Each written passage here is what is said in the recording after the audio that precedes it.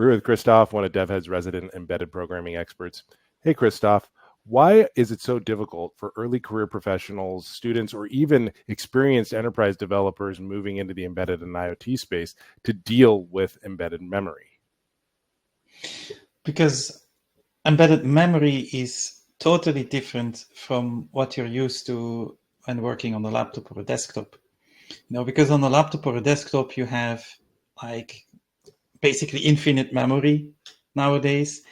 And then there's the cloud where it's even more infinite.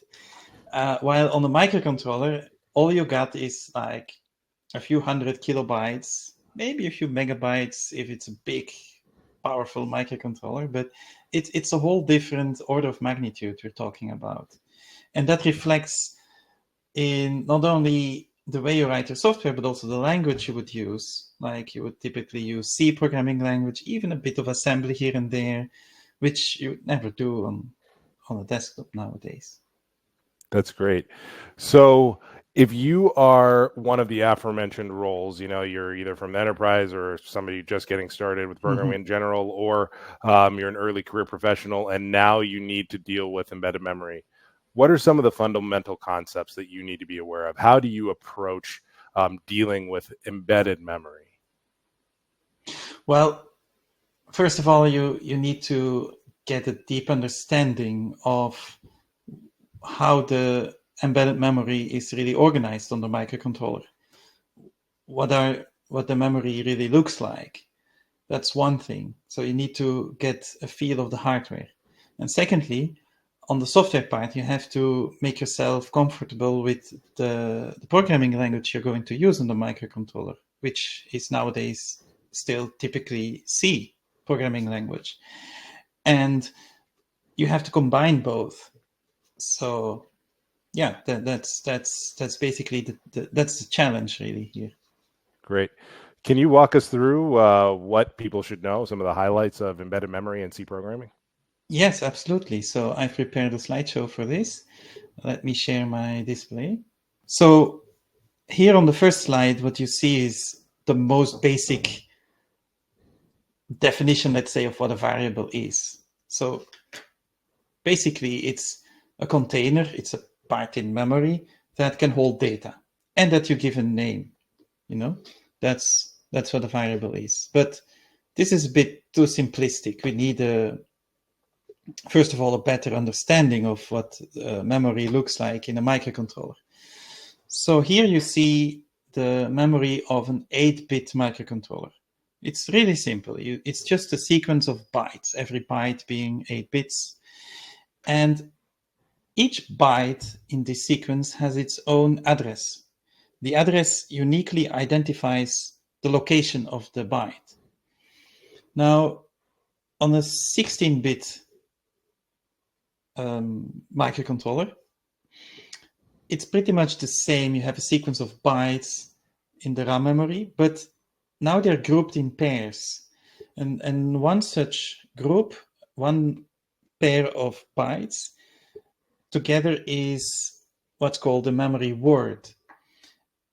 It's memory word is actually the smallest piece of data that the microcontroller processor can handle in a single read or write instruction.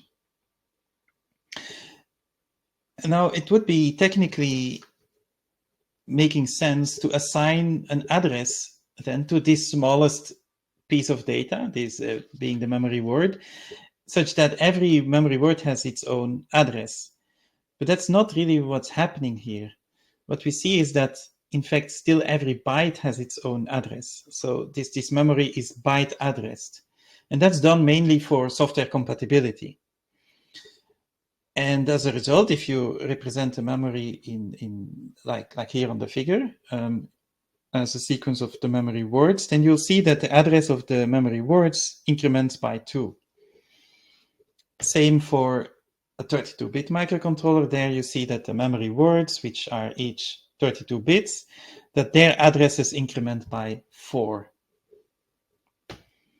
And that brings us then to the next slide, where we're going to dig deeper into what we've seen before in this RAM memory. Now we're going to look at how these variable values are really stored in the RAM memory. So here we have an example of 3 variables, an integer, a character, and a float. And as you can see, each of them occupies a few bytes, 1 or more bytes in the memory, and stores its value there. This is what it looks like in a 16-bit microcontroller, and this is what it looks like in a 32-bit microcontroller. Now, there's a little, how to say that there's something special going on with the integer in the 32-bit microcontroller, because it's taking a bit more space there. It's taking 4 bytes instead of 2, but we'll get back to that later. So here you see basically an overview of the 2 of the previous slides with the 3 variables that I introduced to you and how many bytes they occupy in each of the processors, each of the microcontrollers. Now, on this slide, what you see here is how the address allocation happens. So what we've seen before is like you as a programmer, you assign a value and a name to this variable, and you also assign it a type, but it's really the compiler who assigns the location in the memory. You don't do that directly, right? So this is how you and the compiler work together to completely define the variable. That brings us then to the data types, which we've already covered quite a bit in the previous slides, but you know, it deserves its own chapter really. So a data type, it determines like integer or character or float. It determines the size of the variable, so how many bytes it occupies, but also more importantly, the way that those bits are interpreted. And I'd like to illustrate that with this comic. So in this comic, what you see here is 2 variables, foo and bar, in the memory, and they have identical bits. And yet they are totally different things because this programmer here assigned a different data type to each of them. And that's very important to remember, because this is how a data type really determines what the object in memory really is. And C has 4 fundamental data types. You have the character, the integer, the float, which is a floating point number, and the double, which is like a double precision floating point number. And here you can see that for each of these fundamental data types, the amount of bytes or bits that they occupy in memory is fixed, except for the integer. The integer is a bit of a special duck here.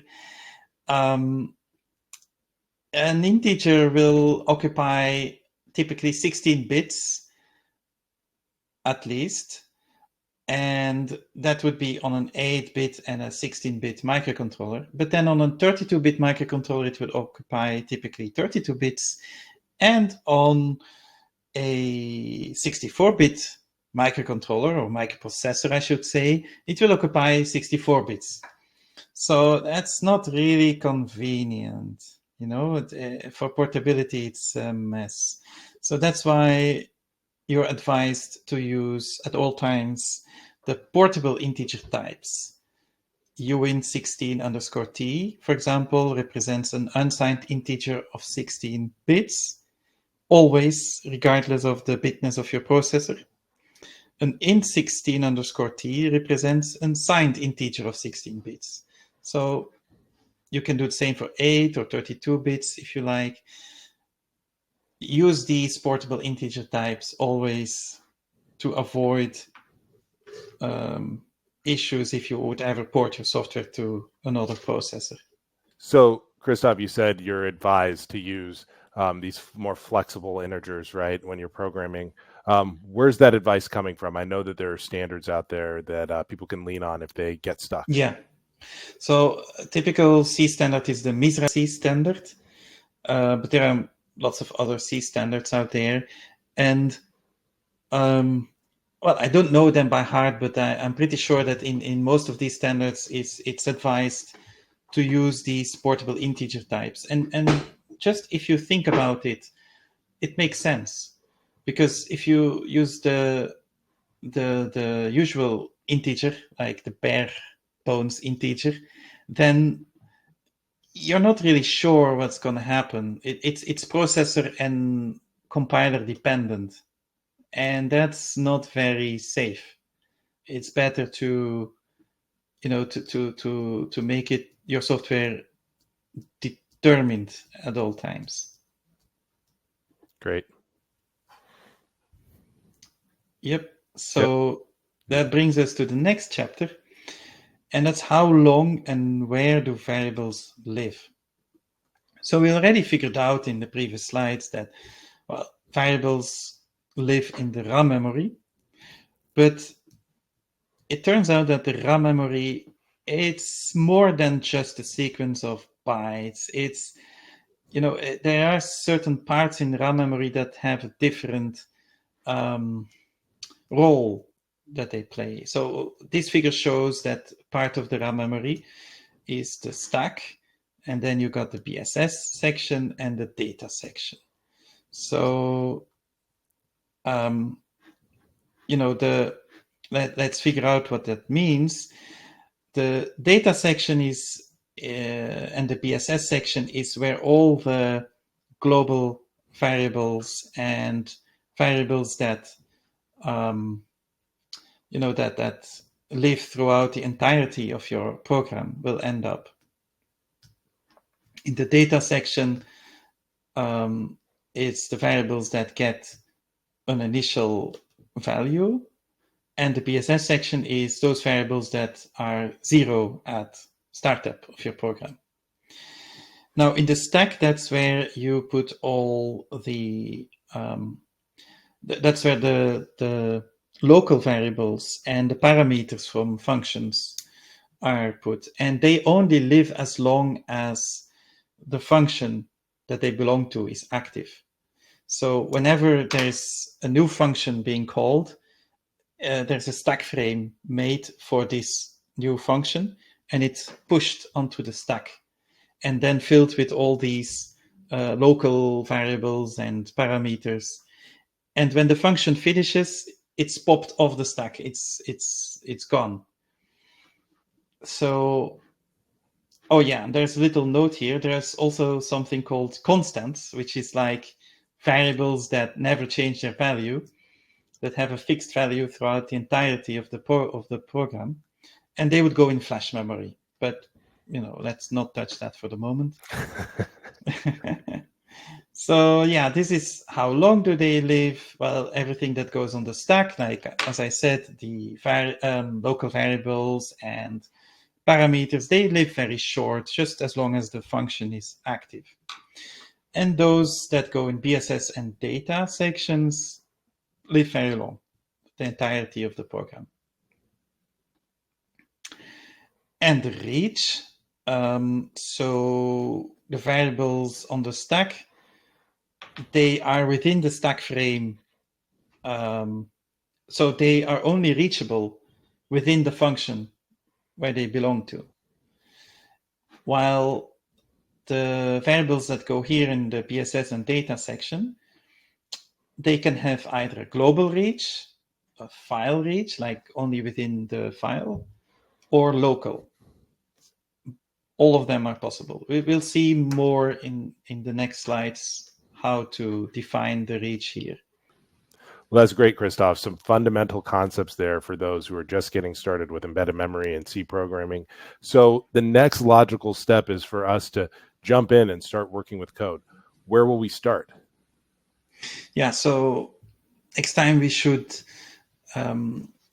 take a deeper look at this topic, we already covered a little. Where do these variables live? And we will see an overview of all these different variables and see not only where they live, but also their scope and other fundamental qualities of these variables. And then we should, open up Embeetle IDE and take a live view at doing some practice and take a look at the memory.